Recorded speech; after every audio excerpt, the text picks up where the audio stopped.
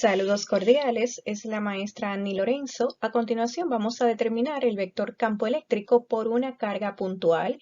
Por ejemplo, tenemos una carga puntual positiva de un valor de 4 microcoulomb, la cual se encuentra en el origen y necesitamos determinar el vector campo eléctrico en un punto situado a una coordenada en X de 0.3 metros positivo y una coordenada en Y de menos 0.4 metros.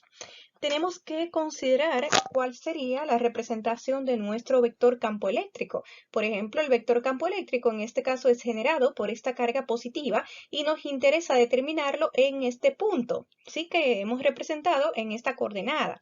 Entonces, ¿qué sucede? Que para esto debemos tomar en cuenta que el vector campo eléctrico va a tener una dirección dependiendo de si la carga que lo genera es positiva o negativa. Si la carga es positiva, pues las flechas del campo eléctrico van a salir de nuestra carga, mientras que si la carga es negativa, pues entonces las flechas que indican el campo eléctrico se van a dirigir hacia la carga, ¿sí? Entonces, como nuestra carga es positiva, pues la representación de la flecha del campo eléctrico debe salir de nuestra carga, ¿de acuerdo? Entonces vamos a salir acá con una flecha, el campo eléctrico dirigida desde nuestra carga positiva hacia donde queremos determinarla, ¿sí? Por eso vemos que debe tener esta dirección. Entonces, para determinar la magnitud, pues tomamos en cuenta que la magnitud del campo eléctrico es igual a nuestra constante de Coulomb por esa carga puntual entre la distancia, en este caso de la carga puntual, al punto donde queremos determinar el campo al cuadrado. Entonces, nuestra constante de Coulomb, 9 por 10 a la 9, Newton metro cuadrado sobre Coulomb al cuadrado. Tenemos nuestra carga, que es igual a 4 microcoulomb. Recordemos que este prefijo micro equivale a 10 elevado a menos 6 entre la distancia que la separa. Entonces acá tenemos que tomar en cuenta cuál sería nuestra distancia R. No es ni 0.4 ni 0.3 metros, porque la distancia que nos separa es la longitud de una línea que une nuestra carga con nuestro punto de interés, ¿sí? Entonces, como vemos, esta distancia corresponde a la hipotenusa de un triángulo rectángulo. ¿De acuerdo? Entonces, ¿cómo corresponde la hipotenusa de un triángulo rectángulo que tiene como catetos un valor de 0.4 y otro de 0.3? Pues esa distancia va a ser la raíz de 0.3 al cuadrado más 0.4 metros al cuadrado, quedándonos un valor de 0.5 metros. Entonces ya sabemos que esa distancia que separa la carga de nuestro punto de interés, nombrada con R, es de 0.5 metros. Elevamos al cuadrado, de acuerdo a nuestra ecuación, y nos da un valor de 144.000.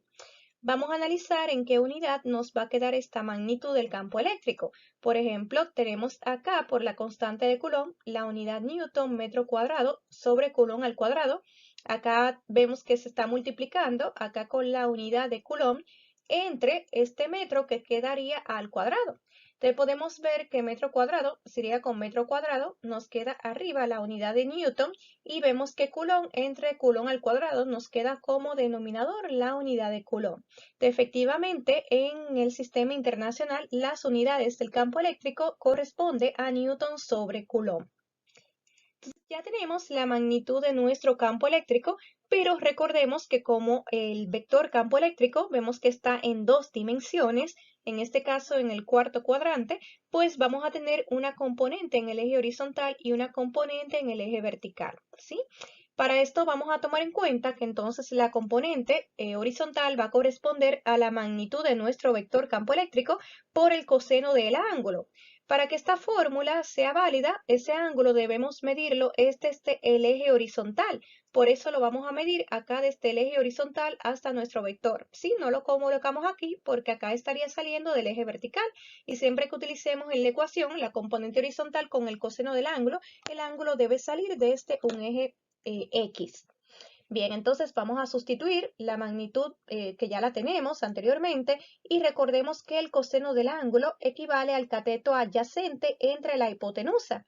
Entonces vemos que el adyacente acá a nuestro ángulo es este lado de la coordenada en X que equivale a 0.3 metros entre nuestra hipotenusa que ya habíamos obtenido como 0.5 metros, dándonos una componente horizontal del campo eléctrico como 86.400 newtons sobre Coulomb.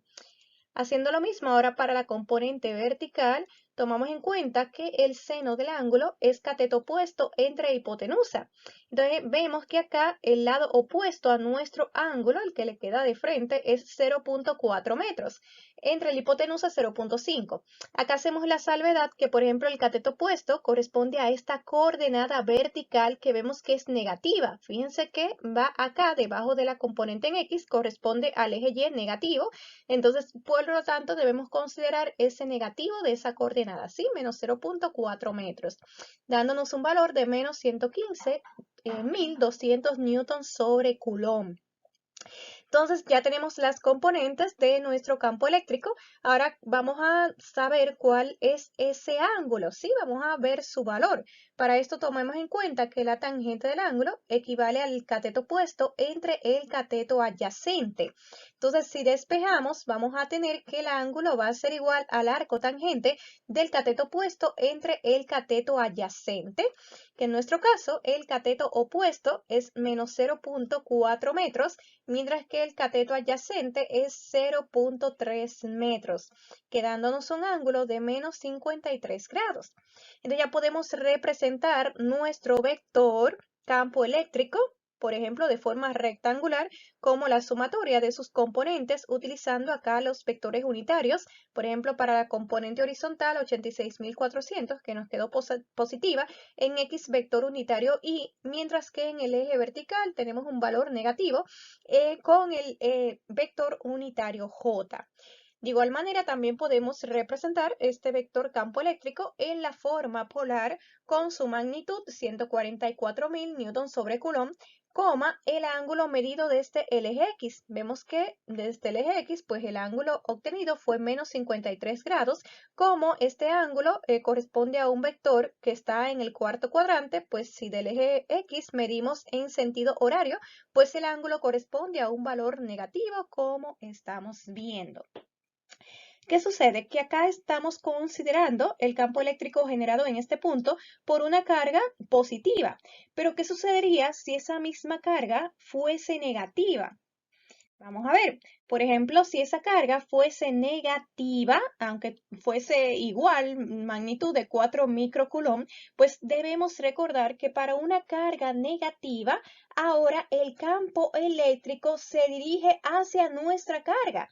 Entonces la representación de ese vector campo eléctrico debe ser con una flecha que se dirija hacia nuestra carga negativa.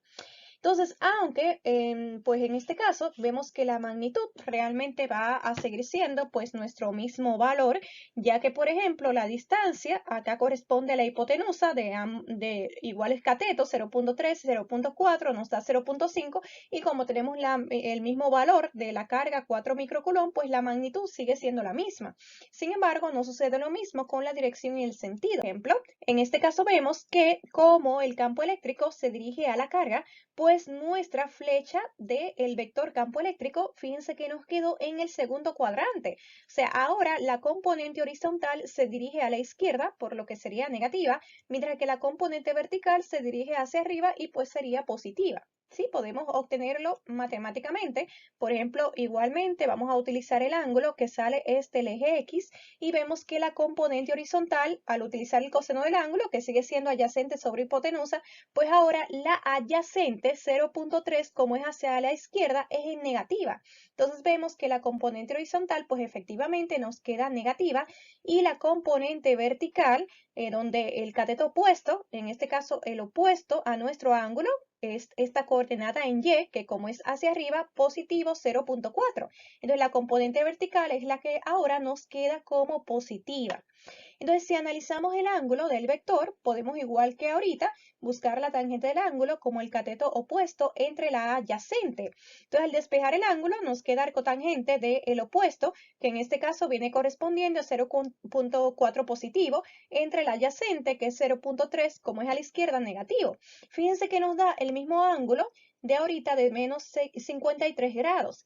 Sin embargo, Para representar de manera polar este vector campo eléctrico, no podemos decir que está a un ángulo de menos 53 grados, ya que este ángulo que hemos medido acá, que lo representamos saliendo del eje X, que para pues este vector, como está en el segundo cuadrante, ese eje X corresponde al eje X negativo, pues vemos que de forma polar no puede ser este ángulo, porque de forma polar el ángulo debe estar medido el eje X, pero positivo. Es decir, el ángulo que nos interesa va saliendo del eje X hasta llegar a nuestro vector campo eléctrico, ¿sí? Entonces, como vemos, pues este ángulo debe valer lo siguiente. Como del eje X positivo al eje X negativo hay un ángulo de 180. Si a 180 le quitamos este ángulo que nos dio menos 53 grados, pues vamos a tener un valor de 127. ¿Sí? Entonces, nuestro vector campo eléctrico se encuentra a un ángulo desde el eje X positivo de 127. Ven que si sumamos 127 más 53, pues efectivamente nos da 180 grados, ¿sí? Entonces ya ahora sí podemos representar que este campo eléctrico, por esa misma carga, pero ahora siendo negativa, pues le corresponde un valor de 144.000 newtons sobre coulomb, pero a 127 grados. De igual manera, de forma rectangular, pues en la representación vemos que ahora la componente que lleva pues el vector unitario y en el eje horizontal es la que es negativa, mientras que en el eje vertical es positiva. ¿Sí? Entonces, pues tenemos que considerar que aunque tengamos una misma carga y pues genere la misma magnitud de campo eléctrico, pues va a tener una diferente dirección y sentido de acuerdo a si nuestra carga que genera el campo es positiva o si es negativa.